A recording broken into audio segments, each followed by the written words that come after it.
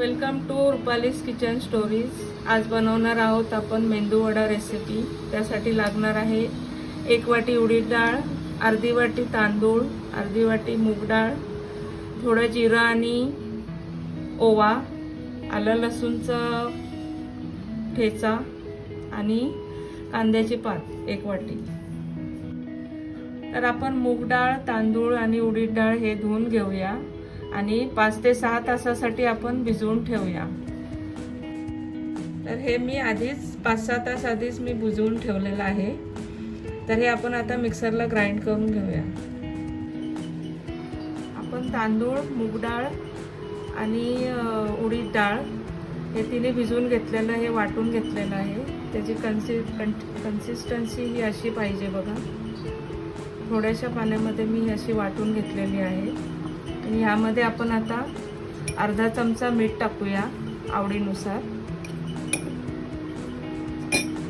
आणि हा ओवा आहे, ओवा आणि जिरं हे थोडं असं हातावर चुरगून टाकूया। त्याचबरोबर हा बारीक चिरलेला कांदा सुद्धा यामध्ये टाकूया आणि बारीक चिरलेली कोथिंबीर आणि अद्रक लसूणचं पेस्ट हे सर्व एकजीव करून घेऊया आपण।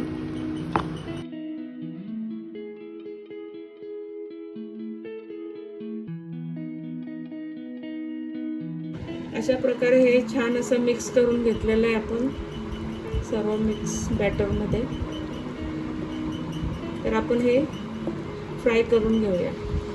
हे कढईमध्ये तेल आपण हाय फ्लेमवरती तापवून घेतलेलं आहे।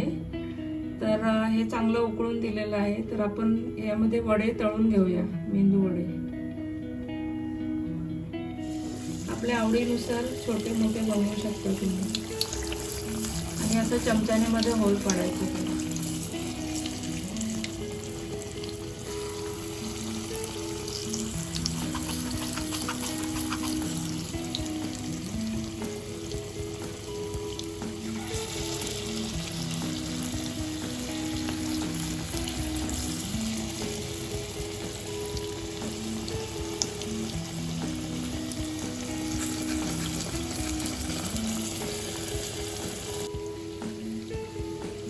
मेंदू वडे हाय फ्लेम वरती क्रिस्पी होईपर्यंत तळून घ्यायचे।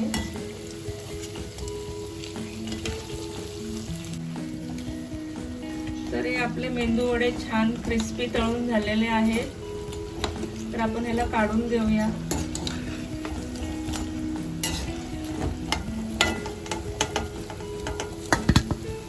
आणि चटणीच्या रेसिपीकडे वळूया आपण।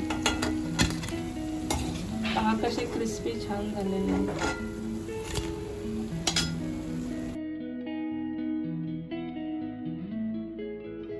तर मेंदू वड्यासाठी लागणारी आणि झटपट होणारी खोबऱ्याची चटणी आपण बनवून घेऊया। त्यासाठी लागणारं साहित्य आहे सुकं खोबरं। या ठिकाणी तुम्ही ओलं खोबरं सुद्धा घेऊ शकता।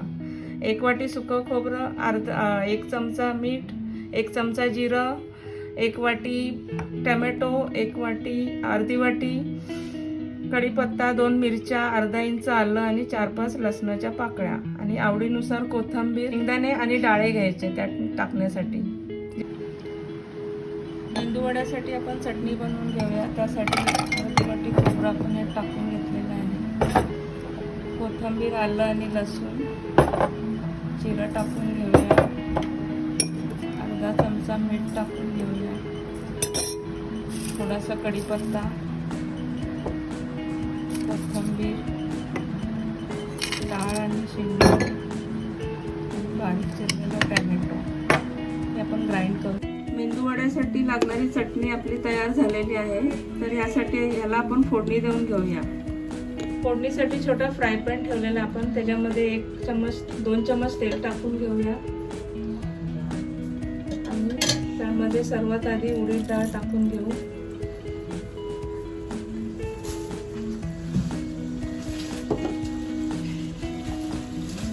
राई टाकून घेऊया।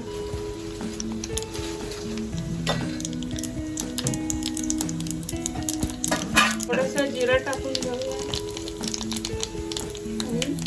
हिंग आवडीनुसार. हे चांगलं तडतडवून घेऊया.